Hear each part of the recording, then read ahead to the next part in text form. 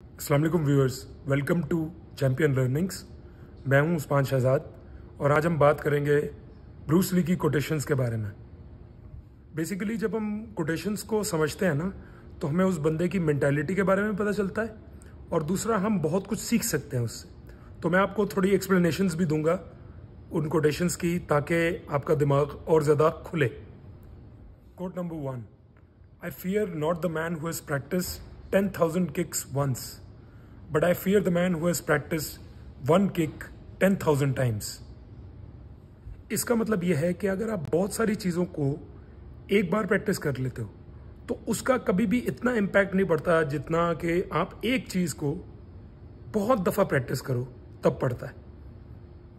जब कोई टास्क हम रिपीटेटिवली करते रहते हैं ना, तो उसकी मसल मेमोरी क्रिएट हो जाती है। तो जब उसको अप्लाई करने की बारी आती है बाद में, अगर आपको करना है तो आपको बिल्कुल भी एफर्ट नहीं लगती या बहुत थोड़ी एफर्ट करनी पड़ती है, क्योंकि माइंड उससे यूज टू हो जाता है। इतना ज़्यादा आपका माइंड यूज टू हो जाएगा कि आप एक तो फ्लो स्टेट में चले जाओगे, आपको पता भी नहीं लगेगा, वो सबकॉन्शियस में बैठ जाएगी आपकी चीज़। अब इस तरह की प्रैक्टिस, जिस तरह की बात की जा रही है, इस प्रैक्टिस से बहुत ही थोड़ा डिफरेंस पड़ता है, लेकिन ये बहुत थोड़ा भी बहुत होता है। फॉर एग्जाम्पल, कोई फुटबॉलर है जैसे क्रिस्टियानो रोनाल्डो है, उनकी मैं काफ़ी बात करता हूँ। अब उनका क्या है कि उनके जितने भी स्टेप ओवर्स हैं, जितने भी स्किल्स हैं, जो वो फ्री किक्स मारते हैं, जो वो हेडर्स मारते हैं, अब उनको इन चीज़ों के लिए सोचना नहीं पड़ता, वो ऑलरेडी उनके माइंड में प्रोग्राम्ड है।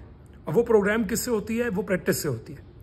वही कि उनको सोचना भी नहीं पड़ रहा होता, और वो बहुत ज़्यादा, जैसे कि अगर गेम में नॉर्मल गेम चल रही है तो 5 सेकंड में हो सकता है वो 14-15 स्किल्स मार दें अगले को, और उनको पता भी नहीं लगेगा खुद। तो ये बहुत ही जो है ना माइनर चीज़ है, लेकिन ये बहुत डिफरेंस कॉज करती है गेम के अंदर। इससे हमें ये सीखने को मिलता है कि राइट डायरेक्शन की प्रैक्टिस क्या होती है। तो हमें उसी लेवल की प्रैक्टिस करनी चाहिए, ताकि जितनी भी हमारी एफर्ट्स हमने लगाई हैं वो बिल्कुल सही तरह से हम उनका फ़ायदा ले सकें। Quote number 2, knowledge will give you power but character respect. इसका मतलब यह है कि नॉलेज जो है वो वाकई आपको पावर देती है। अगर आप उसको सही तरह से यूज़ करो तो नॉलेज से ज़्यादा पावरफुल चीज़ कुछ नहीं है। बहुत सारी जगहों में हमारी ज़िंदगी में नॉलेज जो है वो बहुत से दरवाजे खोलती है। नॉलेज को सही तरह से यूज़ करके आप अपनी ज़िंदगी में बड़ी बड़ी प्रॉब्लम्स के सोल्यूशंस बहुत जल्दी निकाल सकते हो। लेकिन अगर आप ज़िंदगी में रिस्पेक्ट गेन करना चाहते हो तो वो आपको कैरेक्टर के थ्रू करनी पड़ेगी। इज्जत जो है वो ऐसी चीज़ है जो कि आपको कमानी पड़ती है अपनी पर्सनैलिटी के थ्रू, लोगों की ज़िंदगियों में वैल्यू ऐड करके या लोगों की ज़िंदगी में कंट्रीब्यूट करके। वो एक तरीका है रिस्पेक्ट को कमाने का। फॉर एग्जांपल, दुनिया में बहुत से ऐसे NGOs हैं और ऐसी कम्युनिटी सर्विसेज मतलब ऑर्गेनाइजेशंस हैं जो कि सोशल वेलफेयर के लिए काम करती हैं, लोगों की हेल्प करती हैं। तो उससे उनके पास नॉलेज इतनी नहीं होती, लेकिन उनको रिस्पेक्ट मिल जाती है, क्योंकि वो एक ऐसा काम है कि आप लोगों की ज़िंदगियों में वैल्यू ऐड कर रहे हो, तो उससे लोग फिर आपको रिस्पेक्ट करना शुरू कर देते हैं। तो इस कोट से हम ये सीखते हैं कि हमें अपने कैरेक्टर को इम्प्रूव करना चाहिए, क्योंकि उसी से हमें रिस्पेक्ट मिल सकती है। Quote number 3, the key to immortality is first living a life worth remembering. इसका मतलब यह है कि अगर आपको असली मायनों में ज़िंदगी को गुजारना है तो आपको ऐसा काम करना चाहिए और इतना काम करना चाहिए कि आपके मरने के बाद भी लोग आपको याद रखें और हमेशा याद रखें। अब ये काम करने के लिए आपको, जो भी काम आप करते हो उसमें आपको एक्स्ट्रॉर्डिनरी बनना होगा। इस तरह से आप अपनी मौत के बाद भी जिंदा रहते हो, क्योंकि आप वो जो काम आपने किया उसमें आप जिंदा हो, और वो आपका काम आपकी मौत के बाद भी रहता है। अब एक एग्जाम्पल अगर आपको मैं दूं तो एल्बर्ट आइंस्टाइन है।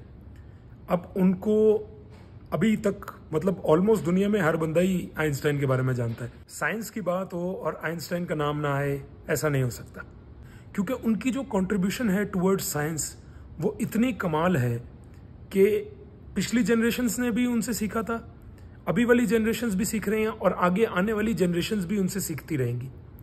तो आप, इससे हमें ये सीखने को मिलता है कि आपको अपने काम को इस दिल से करना चाहिए और इतना अच्छे तरीके से करना चाहिए कि आप इमॉर्टल बन जाओ और आप हमेशा जिंदा रहो लोगों के दिलों में।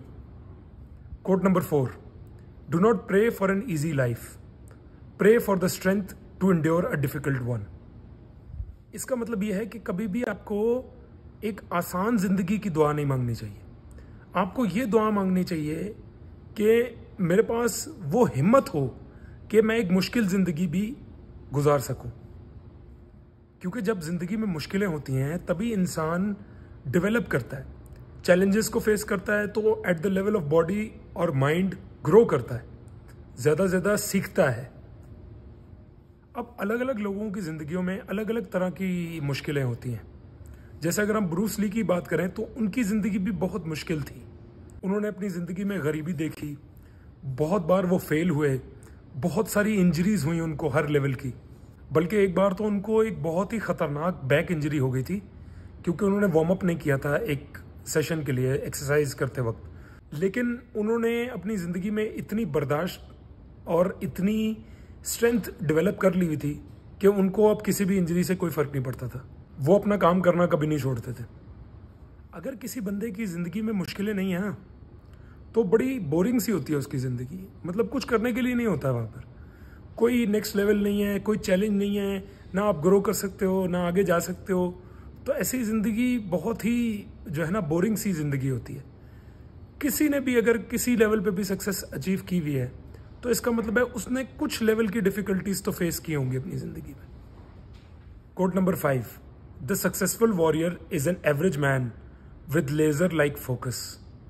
इसका मतलब यह है कि जो भी बंदा सक्सेसफुल हो जाता है, इसका ये मतलब नहीं है कि वो बहुत ही ज़्यादा टैलेंटेड है या वो गिफ्टेड है या उसमें बहुत ही कमाल की कैपेबिलिटीज़ हैं, बल्कि उसकी कंसंट्रेशन लेवल बहुत ही कमाल की होती है। और कंसंट्रेशन जो है वो बेसिकली एक ऐसी चीज़ है जिसको एक एवरेज बंदा भी विद टाइम डेवलप कर सकता है। एक अगर आपको मैं इसकी एग्जांपल दूं तो वो है shooting sports.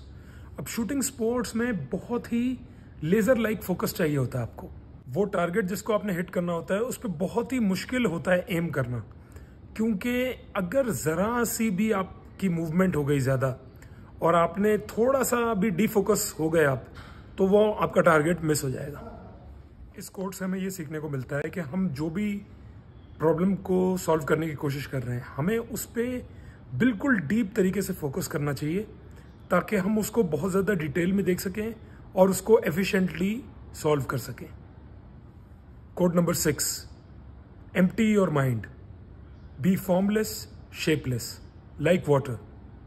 If you put water in a cup it becomes the cup, you put water in a bottle and it becomes the bottle, you put it in a teapot it becomes the teapot, water can flow or it can crash, be water my friend।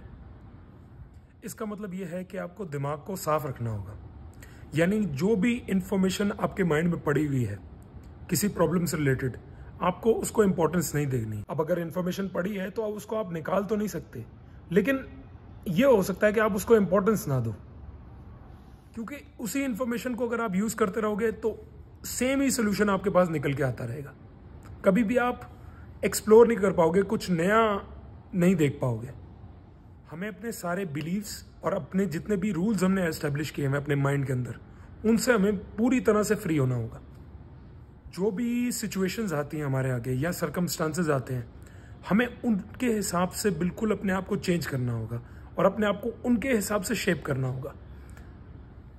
हमें बिल्कुल पानी के जैसा बनना होगा जो कि बिल्कुल छोटे से छोटे गैप से भी निकल जाता है, और जब वो तोड़ने पे आए तो वो हर चीज़ जो भी उसके सामने आए वो उसको तबाह कर देता है।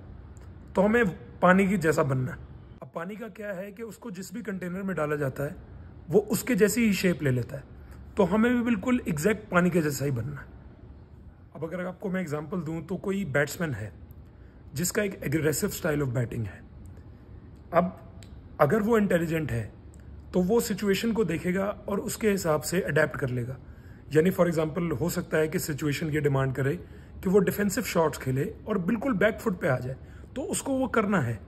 अब वहाँ पे ये नहीं करना कि आपने सारी ज़िंदगी एग्रेसिव बैटिंग की है और एग्रेसिव बैटिंग सीखी है तो मैं इस मैच में भी एग्रेसिव बैटिंग ही करूँगा, वो आउट हो जाएगा बहुत जल्दी। तो इस हिसाब से सिचुएशन के हिसाब से अपने आप को अडेप्ट करना होता है।